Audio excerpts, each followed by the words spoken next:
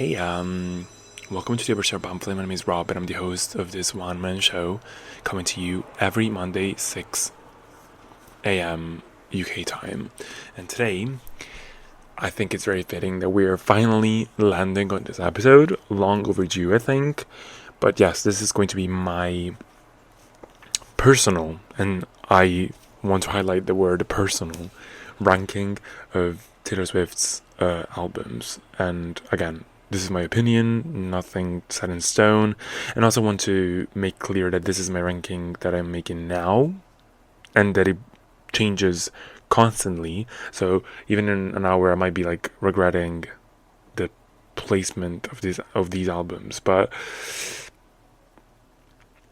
I just got to do me. And this is a very fitting time for me to like do this, because next episode I'm gonna make is for sure going to be about the life of a showgirl, which is Taylor Swift's new album coming out this coming Friday, October the 3rd. So I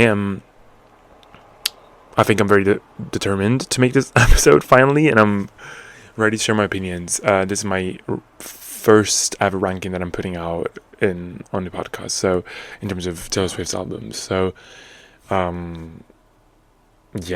I mean, stay tuned for next week's episode as well for my review of the life of a showgirl. But this is all about the previous showgirls that we've had, many years to get acquainted to. Some of them more years than others, but this is just something very exciting that I think needs to be discussed at length, I think. And so I made so many notes. You can hear my little notebook that I literally used to make all my little notes about different albums, and it took me ages. I had to rework so many of them. Just had to like really focus and be impartial. I mean, the only thing I can say about this ranking is that, again, the positioning is going to change every single day of my life. I'm never going to be satisfied with this. But the only thing I'm really satisfied with, that I've always been certain of as well, is my ranking of the top 2 albums of her career. And those are going to be revealed once I get there. So I want to start from the bottom and get all the way to the top and see how you guys, feel about this ranking. Please do not eat me alive. Please. Right. So, at number 11, we have, I think this is not too much of a controversial opinion, but we have Debut. Debut is sort of, like the prototype? Sorry, not the prototype. The first ever iteration of a Taylor Swift album, and well, I don't think we can say like she's necessarily bad. I want to actually say that none of these albums are bad. Actually, like none of them are. It's just a matter of which ones I'm more attached to, but also which ones I think are more excellent, I guess, over others. But this is her first attempt at writing an album. Mind you, she was super, super young. I think she was like, 15, 16 when she wrote, well, actually probably even younger than that. She has some songs that she wrote when she was even younger than that. So, but it's her first attempt at writing an album, and I guess sort of you can tell both that this was like a more, I don't want to call it childish necessarily, but like, definitely about different things, but also her magnificent talent I guess that she has in writing breakup songs, and just in general like being very diaristic and very direct with her words, and a great storyteller overall. I think that's just that's been very clear ever since the beginning, and she has she's always had that pop element into her ever since the beginning. Like there are so many songs on Debut that I think sort of really mark, I guess, like her experience as a, like there are the hallmarks, I guess, in her discography, and they really tell a story about how she evolved so much in writing, but also how much nothing has really been left to luck, if that makes any sense. Like let's just say, like, I don't know, Tim McGraw has always been like a great song to me. Love Mary Song, love The Outside. But like, I'm only with that when you, or Should Have Said No, or like any of these songs, or Teardrops on My Guitar. So many of these songs are like prototypes for so many future songs that she wrote in terms of pop and country as well. And it's a great album. I'm not denying that. But I think again, maybe dated a bit, very country. So I'm not always in the mood for country, if that makes any sense. And also again, more on the youthful side that I am no longer, part of in that sense. I'm no longer like, a teen. So it resonates even less for me personally. So yeah. Now, I guess we can move on to number 10. Number 10 might be the shocker of the nation, or maybe not, but Lover is my number 10. And the only reason why, and like I know, Cruel Summer, like girl, don't even talk to me about that, because I've been a Cruel Summer stan ever since day one. Ever since I got the album, I've always been listening to Cruel Summer. So I don't care that people, latched onto it, the general public latched onto it when the Eras Tour came around, and that's the greatest pop song she's had, I guess. Like this, streaming wise, this is the top most streamed song that she's ever had. So that's crazy. But I think taking a few songs aside, like Cornelia Street, maybe London Boy, I'm willing to also maybe put in definitely Death by a Thousand Cuts, but also maybe like The Man, maybe, and Lover, I guess. I don't know. I mean, definitely The Man.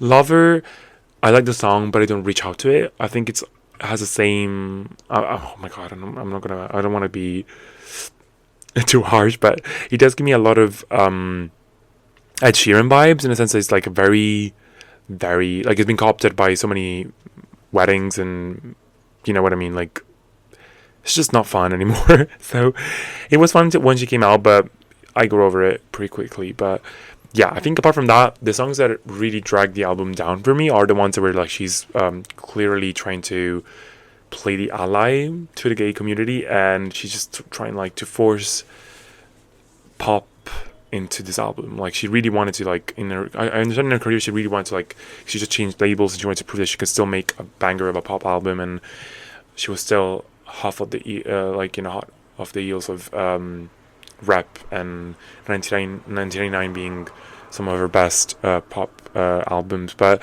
I think this felt a bit more forced, and still to this day I think there are not as many like great like hallmark pop songs. It's still a good album, I would say. Like, there's definitely moments there that are like, highlights. And again, Cruel Summer is her best song on the album, and one of her best songs ever, I think. But apart from that, I think, like, I Forgot You Existed, don't really stream that, don't really look out for that. I don't know, what is it? Like, You Need to Calm Down, don't really search for that. I don't really, me rarely listen to that, although she almost has 1 billion streams on Spotify, so it's something is definitely been clicking with people. But yeah, I mean, again, her forte is talking about her emotions and love stories and and the heartbreaks and all that stuff. Like, her forte has never been like talking about social issues and being, talking about broader issues. Like, she's always been a great storyteller and songwriter, but mostly about about like concepts like love and heartbreak and relationships changing and all that. I think the more like social cause situation is just not really clicking with me. I mean, I understand some people really enjoy that, and it was formative definitely for some certain people, but not for me. Sorry. I mean, I still stream it, of course. I think actually, if I look at my streaming ranking of the albums, this is probably like what, top 3 or something.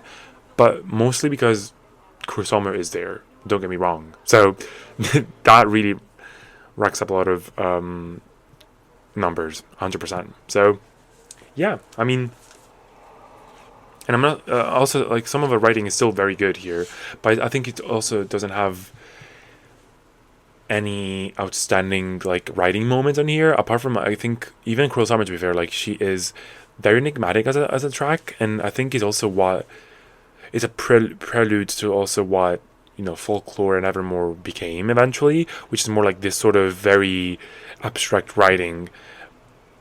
But yeah, so but that's definitely done better because it's more like he strikes the right chords, and I think it's more like varied and has different attempts, which is very very cool. So it's fine. It's so fine. She's so fine. So not my best issue. Well, I mean, again, as I'm saying, there's no bad Taylor Swift album. There's just like a matter of preference and how I think some of them are even better. So yeah.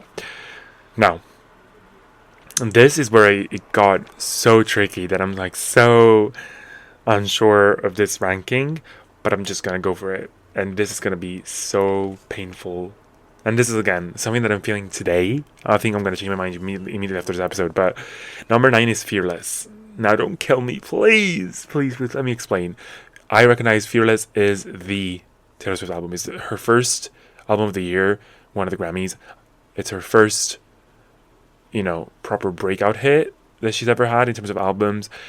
And I always am very grateful for that, and I'm always very, look on that very fondly. I was around, and I was, 8 years old when this came out, and I still remember, You Belong With Me, A Love Story, all these songs being very, very foundational for my, music taste, and they still have a very special place in my heart. But I think if you asked for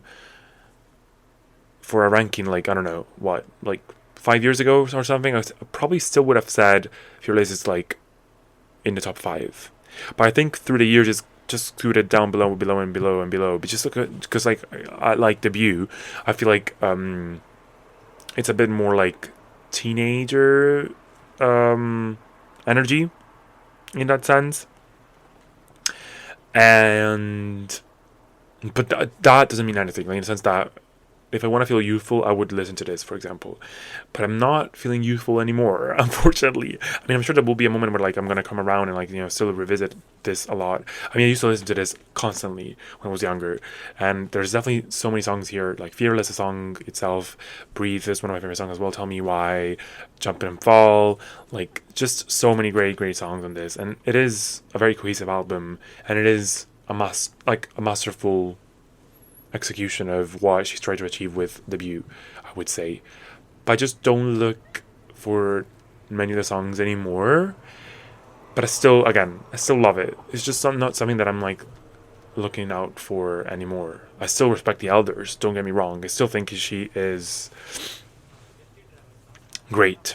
And I'm trying to be as impartial in terms of, like, apart from emotional attachment, I'm also trying to see, like, what I actually listen to a lot nowadays from Taylor Swift and what really resonates with me at the moment. And this is, like, at the moment not as strong as it used to be, but it's fine. I mean, I'm sure she's gonna climb back up eventually, but yeah, and it's fine. Like, she gave us so many, if it wasn't for Fearless, we wouldn't even be here to begin with. So really, like, respect your elders, like, to begin with. So period. And I'm very sorry that I'm, like, putting it at 9, but again, it's just every single album is good. But I mean, from here onwards, I think it's just very difficult to, like, rank all these albums. I think it's just so difficult, and it really comes down to personal choice, I think. Next, Midnights. Now, Midnights, I have to be honest with you, I think when it first came out, I was not the biggest fan of it, and I thought that it was quite bland, quite, like, not generic, sorry, that's the wrong word. I more like it was missing something, like it was missing a proper smash pop hit, like A Cruel Summer, or like anything that is, like, because it is, in my opinion, like a pop album overall. It's just the way it is, right? But it just never really spoke to me as, like, a standout career defining album, although it was, because it was her third album of the year. No, wait, her fourth album of the year win with this.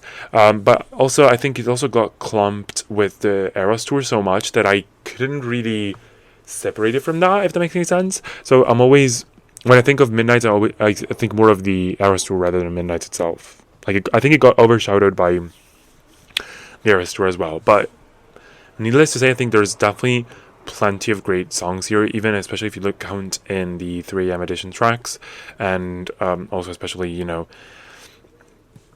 Hits Different. That's my favorite song, I think, on the album overall.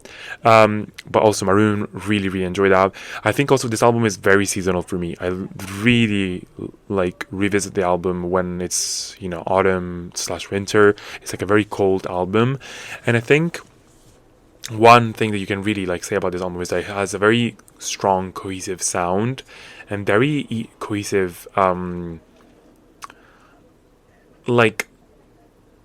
vocal style here. Like, she always sounds very removed in this album, and she sounds very, and I think it suffers a bit from being a bit too vague. I mean, I know it's like part of the album was the purpose, I guess, for why she wrote it was to be vague, because she didn't want to pull make a full decision at that moment when she put it out about the relationship with Joe.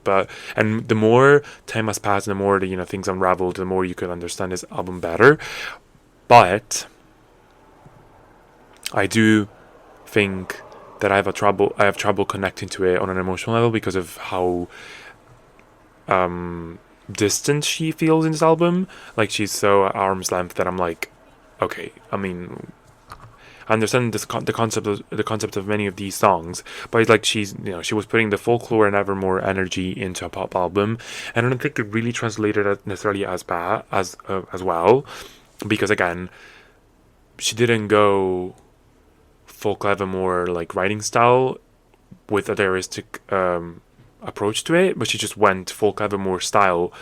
But it wasn't clear whether this was a folk album, in terms of songs that are not about her or not. And then we found that it was indeed about. Well, she said it was about sleepless nights throughout her life, but it was very hard to put a finger on it until later on. And definitely some of these have been revalued. I still really, really enjoy Maroon so much. Question is an incredible track. Mastermind, I really, really enjoyed that still. Glitch, dare I say, one of my more intriguing, one of my favorite ones, in terms of intriguing production, different style in this. Where it coulda, shoulda, bigger than the whole sky, all these things. But yeah, I feel that's probably the reason why it's just bumped a bit towards the end. It's just because I don't connect to it as much as I do with other albums, but although I return to it cyclically every year, basically. So, but still great stuff. Great stuff on here. And it didn't win her a Grammy in the end as well. So that's just what it is. Yeah. Next, what is next? I have Evermore the girl. Now, Evermore to me always has felt like a continuation of Folklore, and it is, of course, that. But I feel like there's a big difference between the two albums, and then why they're so far away in the ranking. And I think it's because Evermore to me is more like a collection of songs that doesn't necessarily bond them together, if that makes any sense. It's more definitely more cohesive.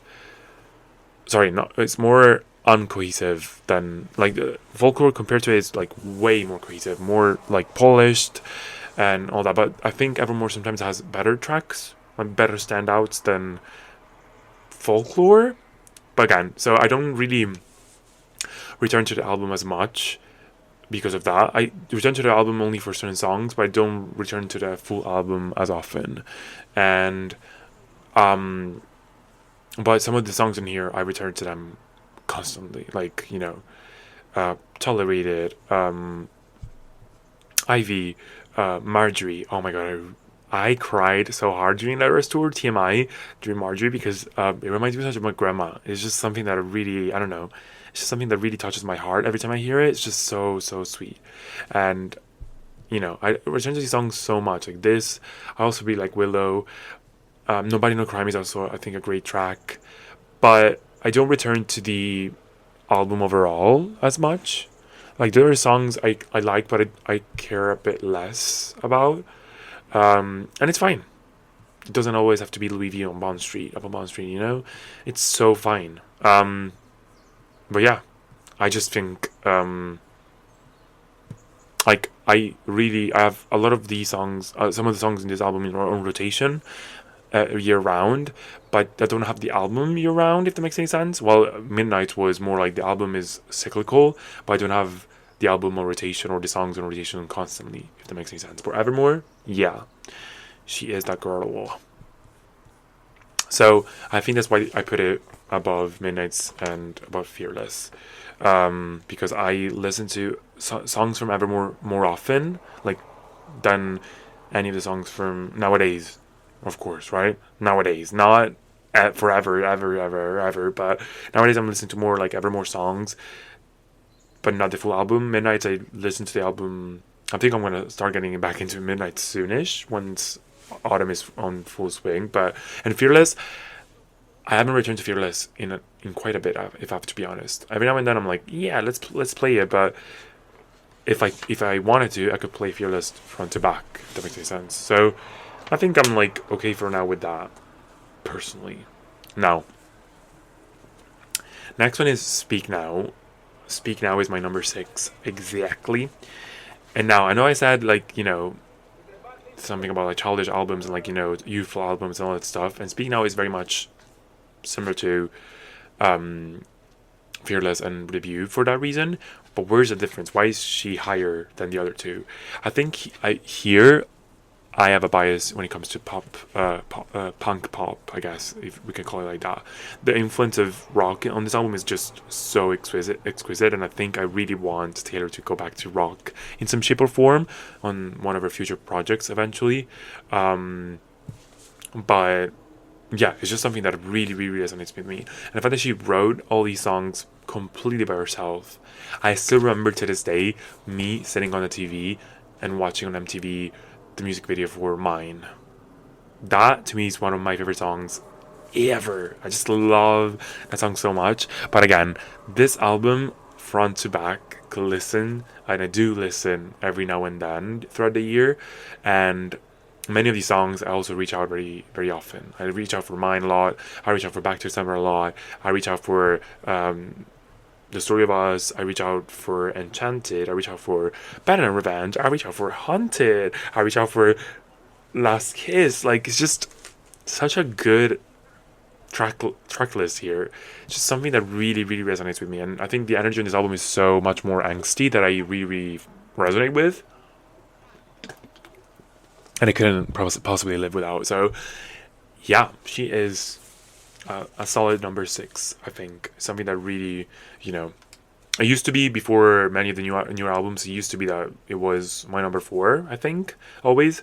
But with the many more albums that have come out, she's been, landing roughly around that. So 6, I think, is a good spot for Miss Speak Now. And I think, with addition also of I have to be honest though, I think compared to other albums that received the Taylor's Version treatment, I don't really have, apart from I Can See You, I don't really have many songs on here from the vault that I really go back to, but it's fine. I think the main track list is so tight and so cool that I just really, really enjoy so much. So yeah, Speak Now, you're that girl. Congratulations. Now we're getting to very, important territory here.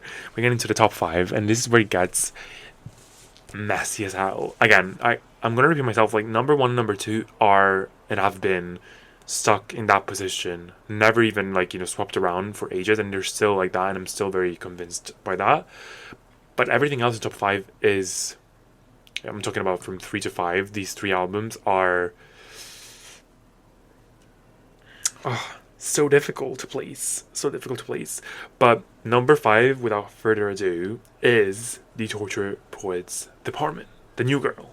Well, the New Girl just for this week. That's just gonna be, she's no longer going to be the new girl. But Torture Poets Apartment is probably the album that I had the weirdest journey with. I think when I first heard it, I think I was very overwhelmed by the number of tracks on it. It was something that really,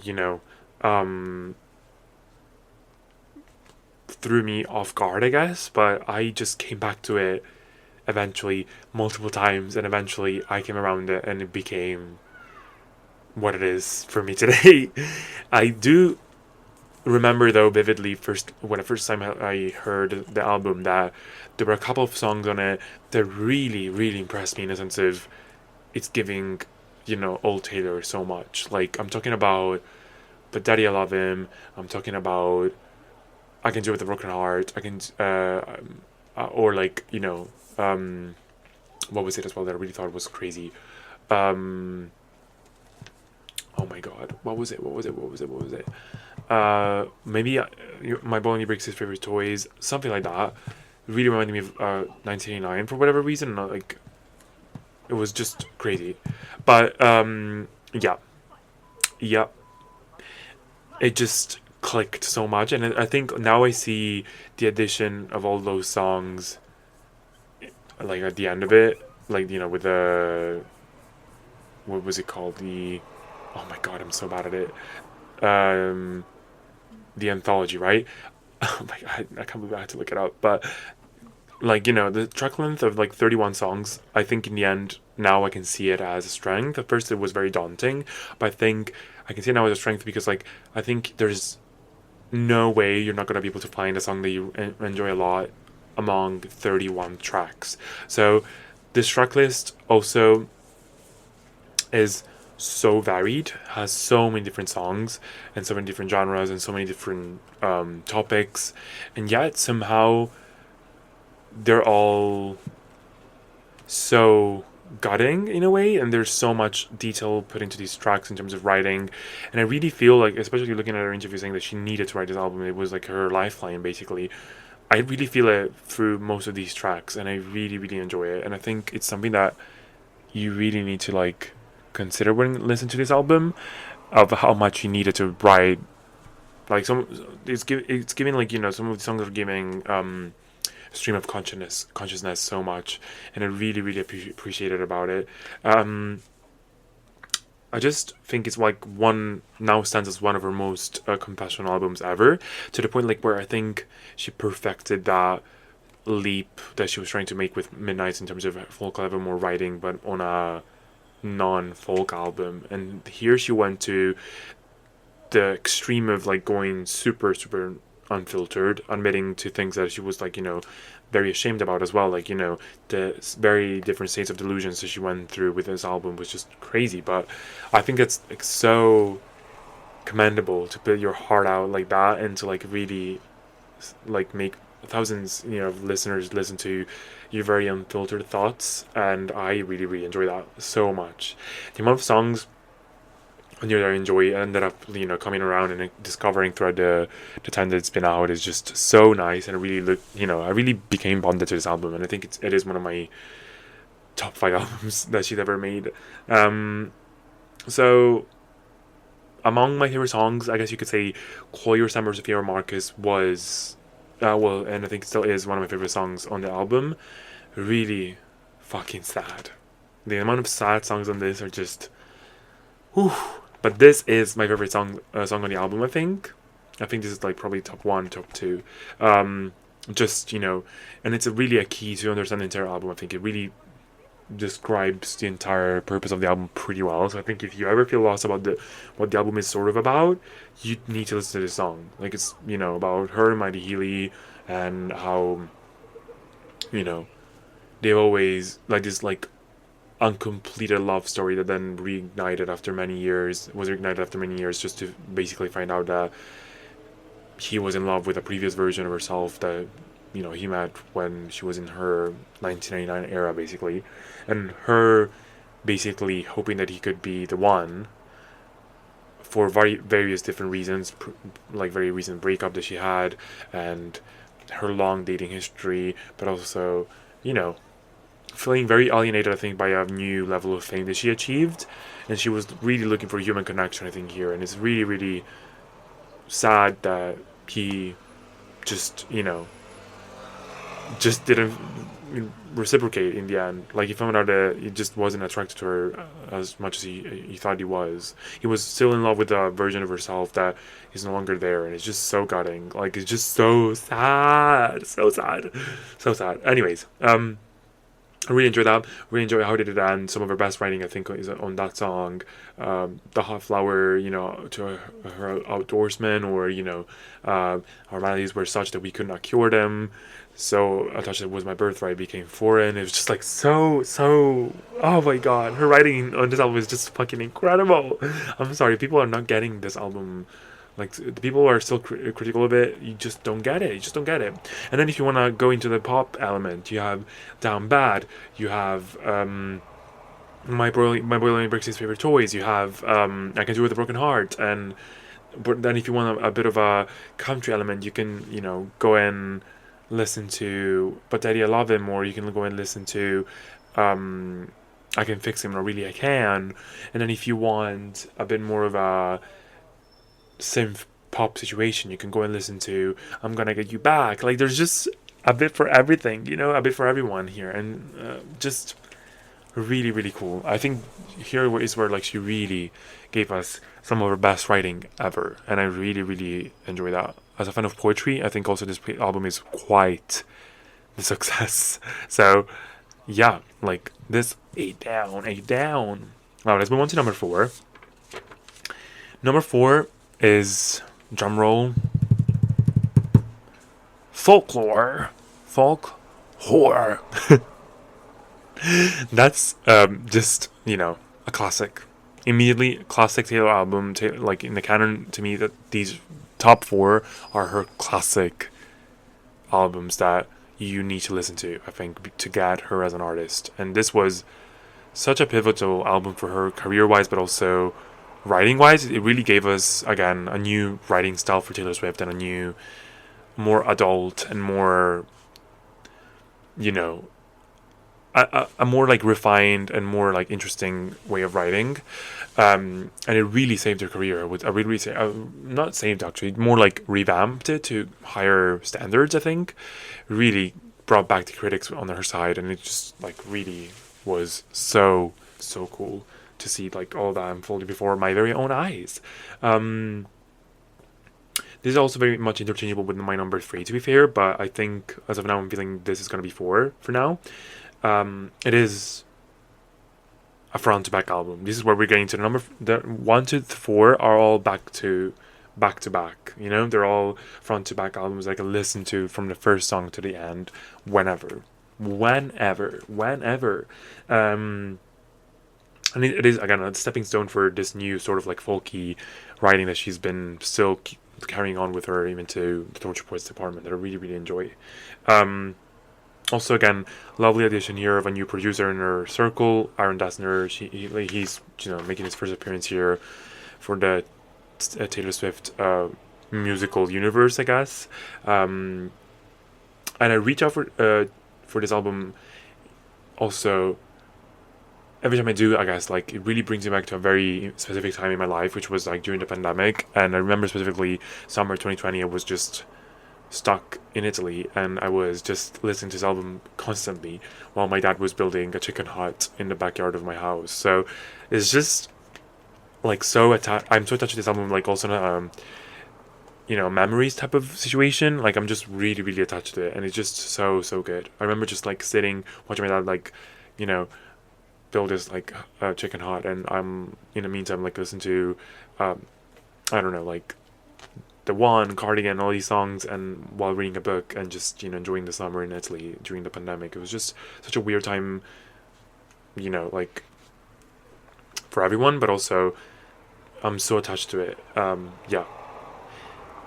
Again, abstract writing starts becoming, like, a thing here. The concept I think is just genius as well.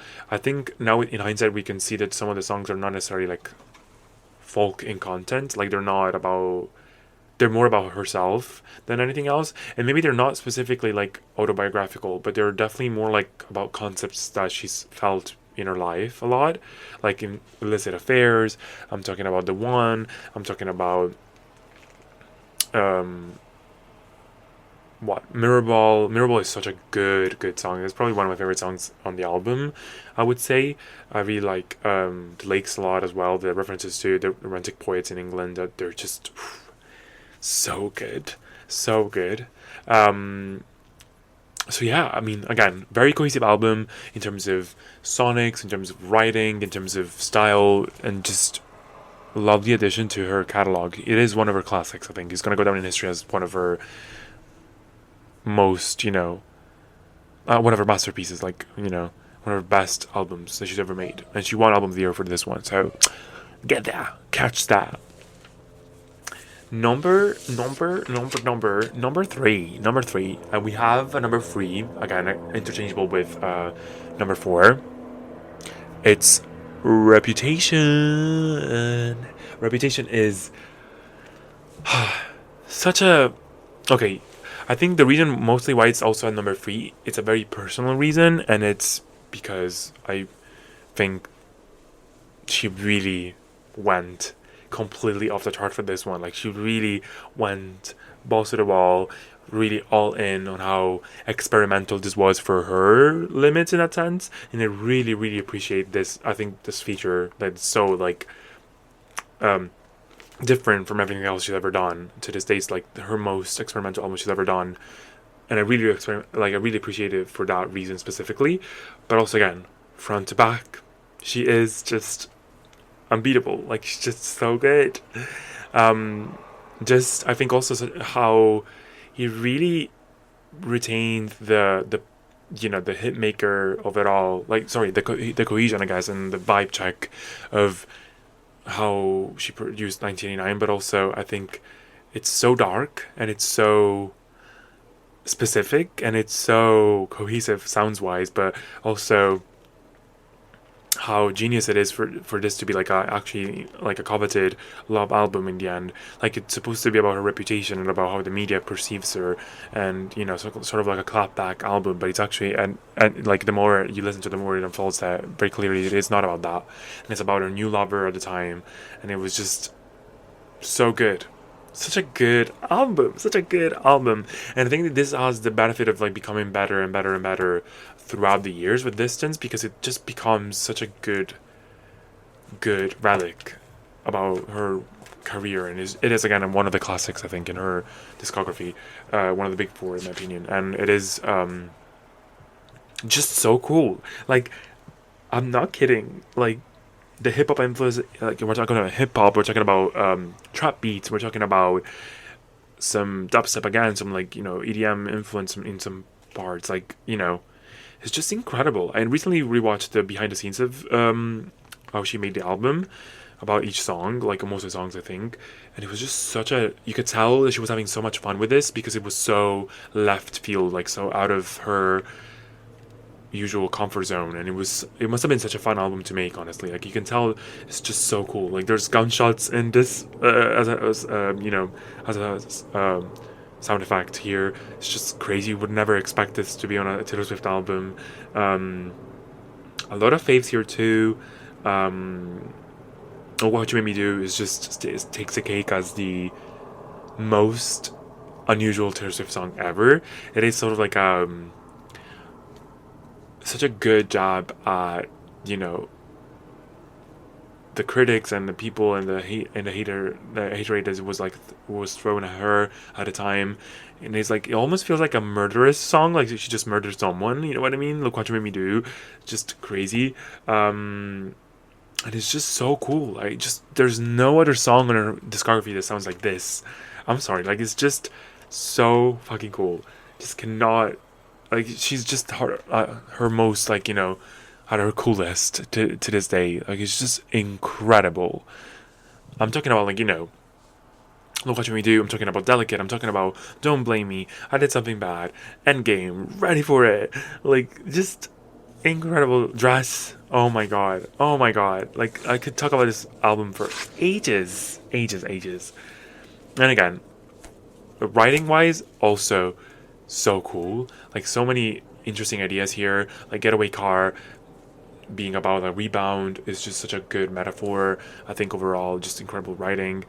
Delicate as well. I always thought that song was so genius. Like, you know, her reputation has never been the worst at that time. Was never the worst at that time, and she was asking herself like, oh, so if you're still here, it means that you must actually like me for myself, and that's so dope. That's so dope. I just cannot contain myself when I hear this album. It's just so good. Oh, again, check it if you haven't listened to these songs. Sorry, these songs and these albums front to back. Like explore also the B-sides. I think you should really do so, because there's no, like, these are in the canon of her best albums. And here, I also need to point out this in Reputation. This is where we start getting into the Max Martin of it all, which is going to be very pivotal for how we're going to receive also, I think, The Life of a Showgirl, because that is going to be a full Max Martin album, and we've never had a full, like, all songs produced by Max Martin. So I'm so in for that. While making this ranking, I realized that I am probably the biggest fan of her collaborations with Max Martin the most. I mean, I love Jack and her so much. They give us so many great songs, but I think most of my favorite ones are the Max Martin produced ones, because just the pop element of it all is just unbeatable. So yeah, I mean, this is number 3. And again, interchangeable with number 4, but I think I'm very happy with it. Where it's at, I guess. Now we're getting to the top 2 spots. And of course, you can tell the only 2 albums left are Red and 1989. So, again, I said it at the beginning and I said it midway through this episode. These 2 albums have never, ever changed in ranking. These 2 are. I can put my hand on fire and tell you that this is the ranking for me. The top 2 are unchangeable. I think I'm very, very happy with both. Now number 2 is Red. Red is just, you know, I think another reason why I really enjoyed Torture Poets Farmer so much is that eventually I clocked that it really reminded me of Red in some ways, because Red is also very much such a, you know, non-monotonous album. Like, it has so many different tracks of so many different kinds, and like different production styles, different, you know, credits on this, and like so many experimental stuff here, but also so many elements that are like core Taylor Swift country artists here that I'm just like so obsessed about. And again, I would say this is her most this is the first time she actually properly stepped into pop, like pure pop music, and dare I say she did it successfully through Max Martin. Here again, her writing here is just so good, and this is more like, you know, her very first proper like breakup album. Like, the amount of heartache on this album is just insane, and I feel like she wrote this when she was 22 or something, like 21, 22. It's just incredible. Like, the fact that she could write like this on an album like this is just insane. I mean, All Too Well is on this album, and All Too Well is the best song made by Taylor Swift ever. Like, just the writing of this is just fucking insane. And again, so many memories attached to this album. I think that also plays into like the position of this album in my ranking. But also, I feel like I've just grown so fond of this album. It is actually, streaming wise, it is my most streamed album actually overall. It is. And I think part of it is just because it has more songs than 1989. But I think here there's just so many great ideas on this album. I can tell you about, like, you know, for example, this is an album that has All Too Well, but also I Knew You Were Trouble right before it. Like, All Too Well is such a sad, like, you know, chronicle of a relationship and the ultimate demise of it. While I Knew You Were Trouble is just pure dubstep, and it still manages to hold to this day as quite. It doesn't sound dated at all, I think, and I still listen to that song so many times. And also has 22, which is like, the encapsulation of being 22 for real and being in your early 20s, like being confused and lonely at the same time. And that's a lyric on the fucking song as well. It's just like insane. Free, confused, and lonely at the same time is just insane. Really, really enjoyed that. um I think it's just such a variegated album, and maybe on one end it could be like a downside at times, like it's but I don't mind listening to this front to back because it's just pure excellence in terms of songs, like one after the other. State of Grace, Red, Treacherous, I Knew You Were Trouble, All Too Well, 22, I Almost Do, We're Never Ever Getting Back Together, Stay, Stay, Stay, The Last Time, Holy Ground, Sad, Beautiful, Tragic. Like, he's just the lucky one. And then I think a great addition to this is also the Vault. The Vault tracks that have been released when she recorded it. They gave us All to All 10 minutes version, but they also gave us The Very First Night. They gave us Message in a Bottle. They gave us Nothing New. They gave us Better Man. Like, it's just pure excellence.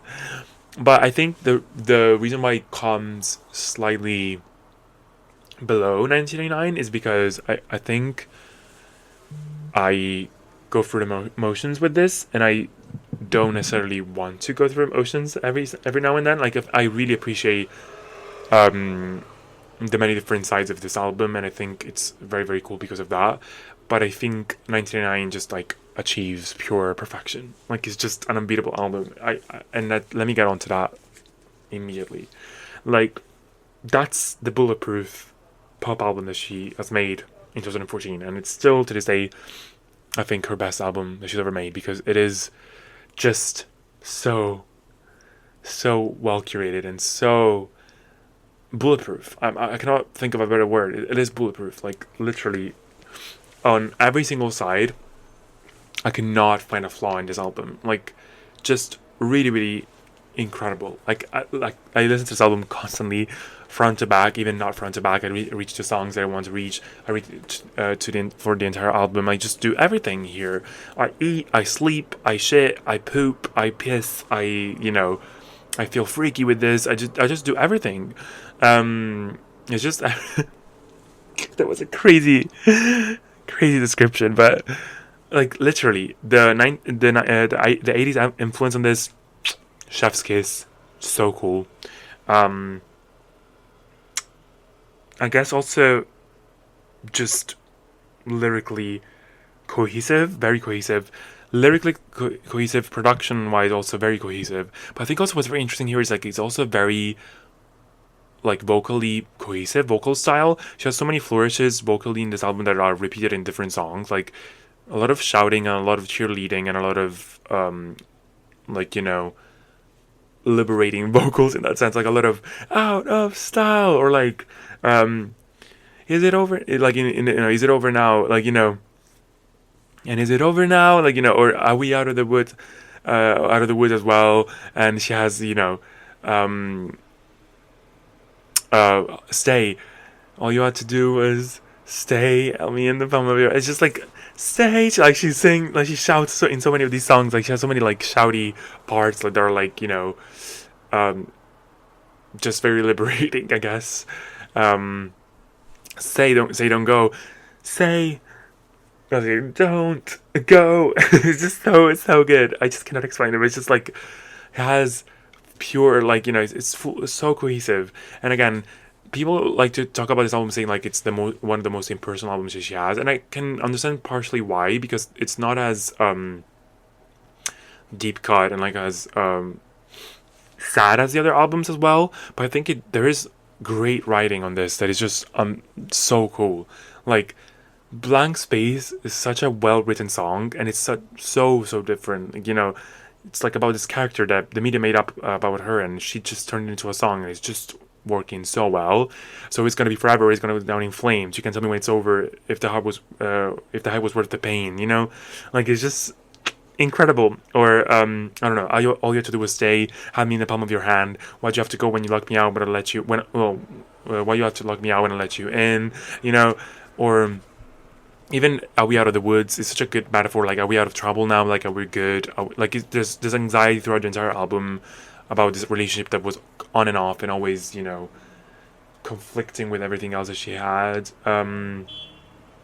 Just so good. Um, and again, also the Taylor's version gave us some of the best Volt tracks she's ever given to us. Now That We Don't Talk, Is It Over Now, Stay Don't Go, or I even really enjoyed To Be First Slot, especially the acoustic version. So good. Yeah, I mean, just I can listen to this album in any sort of mood, and it's just something that I always um, look proudly upon. You know what I mean? It's just so cool. So, oh my god, it's 50 minutes. I just realized I'm like talking for 50 minutes, but yeah, I mean, I'm very excited to see what's gonna happen with the new album. This coming out this Friday. But I think, as you can tell, I'm very much a big fan of her collaboration with Max Martin, and the fact that he's coming back after all these years, I'm just like very pumped. I'm trying to keep my expectations low because I don't want to be disappointed. Although I do think that I'm gonna always get what I want from Taylor Swift, but I think we have the potential of adding a new diva to the ranking, and I cannot wait to do this in a few months' time, maybe, or whatever, when I finally had enough time to sit with the life of a showgirl. So, yeah, I think she's always at her best when she's like very concise and very constrained and very cohesive.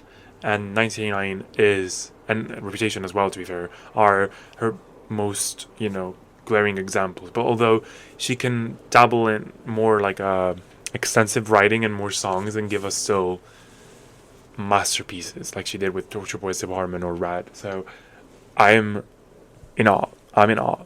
Anyways, word to the sponsor before we get to Songs of the Week.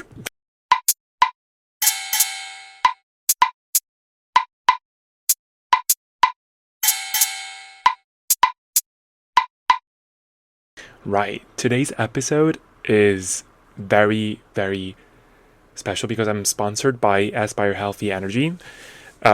This is the better, the healthier way to power your day. And now, if you're like me, you've probably tried energy drinks that leave you jittery, crashing, or loaded with way too much sugar. That's why I switched to Aspire very recently. They gave me some good deals. Each can has just 80 milligrams of natural caffeine, about half of what most energy drinks pack, and it's sourced from premium green tea and guarana. So instead of a shaky buzz, you get sort of like a smooth, steady lift. It actually feels quite good. And get this, 0 sugar, 0 calories, and 0 artificial additives. Plus, it comes in delicious flavors like mango lemonade, my favorite raspberry acai, and sweet cherry. Light, refreshing, and never heavy. I love that it's like lightly carbonated, but it's not like super like sparkling, and it goes down quite easy. It's very good to like also pair with your food, with your lunches, whatever you prefer to have it with, but it's just an incredible refreshing drink as well. Aspire isn't just about energy either. It's loaded with like vitamin B, vitamin C, biotin, and ginger to support focus, metabolism, and overall wellness. And because it's vegan, gluten-free, soy-free, keto-friendly, and even suitable for people with diabetes, it's one of the most inclusive energy drinks out there. So, ready to try it? Well, just head to aspiredrinks.com and use my promo code OVERSHAREPAMPHLET for a 20% off discount on your order, from your first order. The highest one that they offer anywhere, basically. So don't forget, shipping is free, mostly in the US. So gotta take that deal, girl. That's aspiredrinks.com. Again, aspiredrinks.com, and you can use my code OVERSHAREPAMPHLET for 20% off. Energy that makes you feel as good as it tastes, girl.